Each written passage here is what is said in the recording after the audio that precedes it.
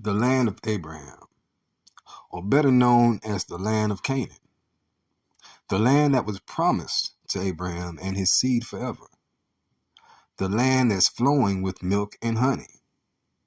Abundance and fertility is how it was described during a quick Google search. This land is rich with whatever you may need to sustain a country or a nation. This land was also stolen and parted by the nations of the world. To be a friend of the world is to be an enemy of the Most High. In other words, the nations of the world stand in opposition to the Most High. They stand in opposition to the Most High, to his land, and his people. The nations went as far as to divvy up the land amongst themselves.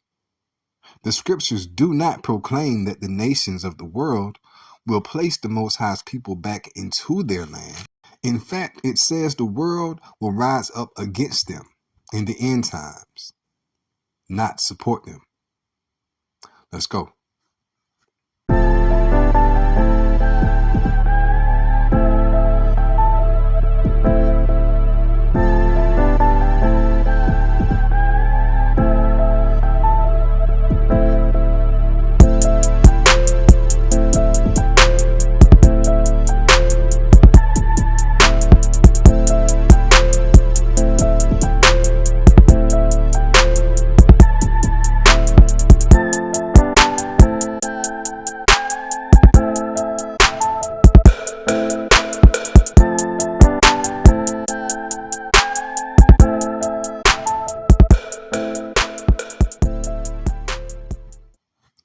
So, you gotta think deeper. Let's talk. Let's talk about the land of Canaan, aka the land of Abraham.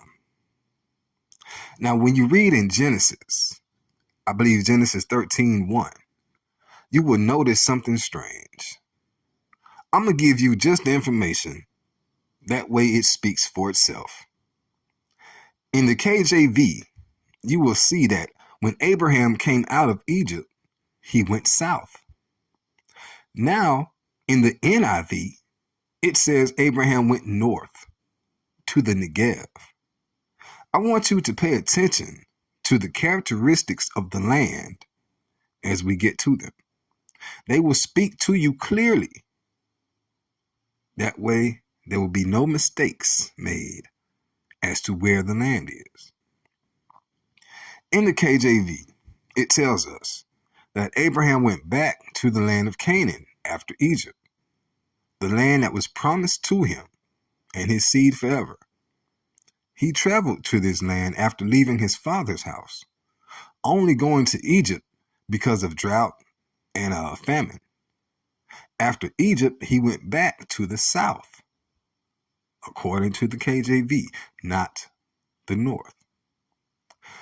Let's get a couple of keywords real quick, as I think these will help us to see this picture a little more clearly. Those words are topography, derision, and plain.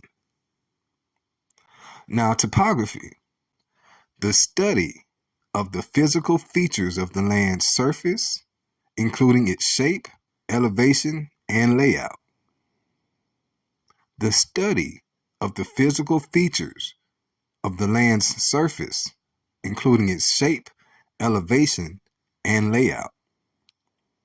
Derision, the use of ridicule or scorn to show contempt, a state of being laughed at or ridiculed. Mockery, the use of ridicule or scorn to show contempt, a state of being laughed at or ridiculed. Mockery.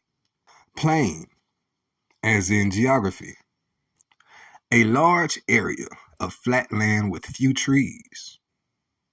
A large area of flat land with few trees. So, Abraham settled in Mamre for a while. In the Bible, it said that he settled in the plains of Mamre. Now, I did a search on the plains of MAMRE, and the modern term is now calling this place the Oaks of MAMRE. The present-day plains of MAMRE are called the Oaks of MAMRE, and its landscape is described as such: a gently rolling topography with a slight incline towards the south, featuring a mix of low hills and valleys. But a plain is a large flatland, correct? The topography should not involve rolling hills. Rolling hills are not flat. So that's 2 strikes against its current location named the Oaks of MAMRE. Well, actually, if we count the name itself, that's 3 strikes already. This location is north of Egypt, not south as it should be.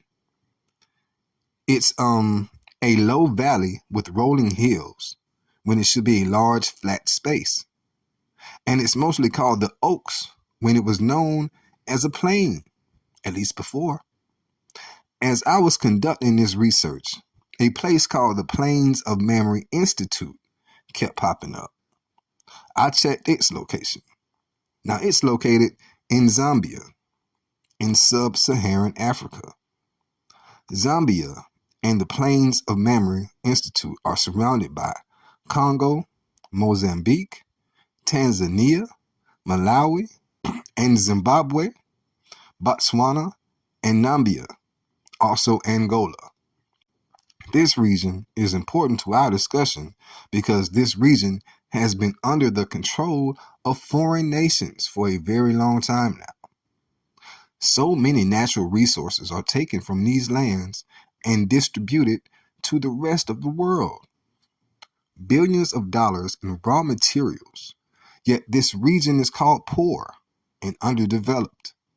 But the land has so much richness, so much so that it can support several nations, spearheading them into unimaginable wealth, while the place where these minerals and riches come from are mocked and ridiculed.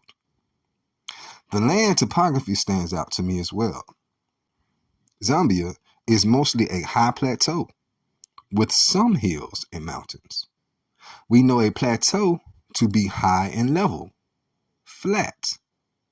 Also, this area is south of Egypt, not north like the Negev. The land in the Negev has been gifted to the people of Israel through man-made warfare. The Israelites didn't fight this war. The world did. And according to James 4:4, the world and God does not get along. They are not friends.